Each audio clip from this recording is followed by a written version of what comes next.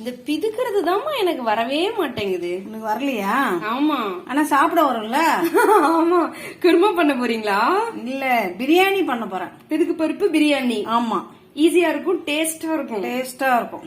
டேஸ்டா இருக்குன்னு தெரியும். ஈஸியா இருக்குன்றது நீங்க ரொம்ப ஈஸியான சமையல் இது. அப்ப எப்படி செய்யலான்றத பாத்துடலாமா? ஓகே. பிரியாணி கட் பண்ற மாதிரி ஒரு 2 டம்ளர் அரிசி 3 டம்ளர் அரிசி போட்டோம்னா 3 வெங்காயம் 3 தக்காளி 4 பச்சை மிளகாய் பட்டா லவங்கம் இஞ்சி பூண்டு பேஸ்ட் புதினா கொத்தமல்லி. ஓகே, இது ரெடி பண்ணி வச்சுக்கணும். ஆமா. அடுத்து பிரியாணி எண்ணெய் ஊத்தியாச்சு, பட்டா லவங்கம் போட்டாச்சு, பச்சை மிளகாய் வெங்காயம் மட்டும். ஆமா, வெங்காயத்தை மட்டும் நல்லா ஃப்ரை பண்ணிடணும். ஃபர்ஸ்ட் நல்லா வதங்கிச்சாமா? நம்ம நல்லா வதங்க தக்காளி போட்டுடணும். இப்ப அந்த அழுந்து வச்சுக்கிற அரிசி ஊற வச்சிடணும். பிரியாணி எப்படி சீக்கிரமா செய்யணும்னா முதல்ல குக்கரை பத்த வச்சிடணும்.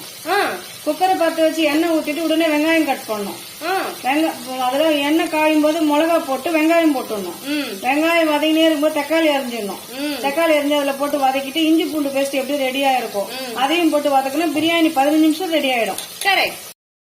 தக்காளி வதங்கணும்னா 2 ஸ்பூன் இஞ்சியும் 2 ஸ்பூன் பூண்டு போட்டு, ஆமா பேஸ்ட் நல்லா வதங்கி எண்ணெய் சுருண்டு வரும்போது அந்த பித்து போட்டு தண்ணி கொதிக்க வச்சு அப்படியே அரிசி போட்டுற வேண்டியதுதான். இந்த வதக்கிட்டே இருக்கும்போது மஞ்சத்தூள் போட்டுடணும், உப்பு போட்டுடணும், தேவையான உப்பு, புதினா போட்டுடலாம், மிளகாத்தூள் போட்டுடலாம், கொஞ்சம் எடுத்து வச்ச பித்துக்கு போட்டுடலாம்.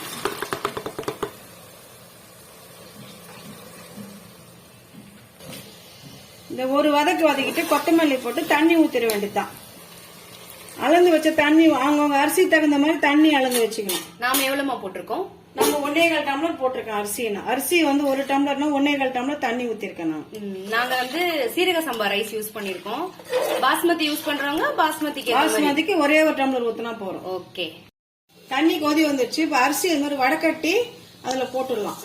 செம்ம வடிகட்டிமா? ஆமா, இந்த வடிகட்டில நல்லா வடிக்கும். ஆனா கொஞ்சம் அரிசி தான் வடிகட்ட முடியும். கலரி மூடிடுவேன், போட்டுற வேண்டியதுதான். அரிசி போட்டு கொஞ்சம் லெமன் ஜூஸ் கொஞ்சம் விட்டுடலாம். அரை பழம். இப்ப இது மூடி போட்டா ஆச்சு இல்லமா? ஆமா, மூடி போட்டு 2 விசில் இறக்கலாமா? இறக்கலாமே. ஆல்ரெடி விசிலுக்கே எல்லாரும் வந்துட்டாங்கம்மா சாப்பிடுறதுக்கு. சிக்கன் இல்லாம சிக்கன் பிரியாணி மாதிரி செம்மையா இருக்குமா? இந்த பித்துக்கு பாப்போம், அதை எப்படி இருக்குது? சூப்பரா இருக்குமா?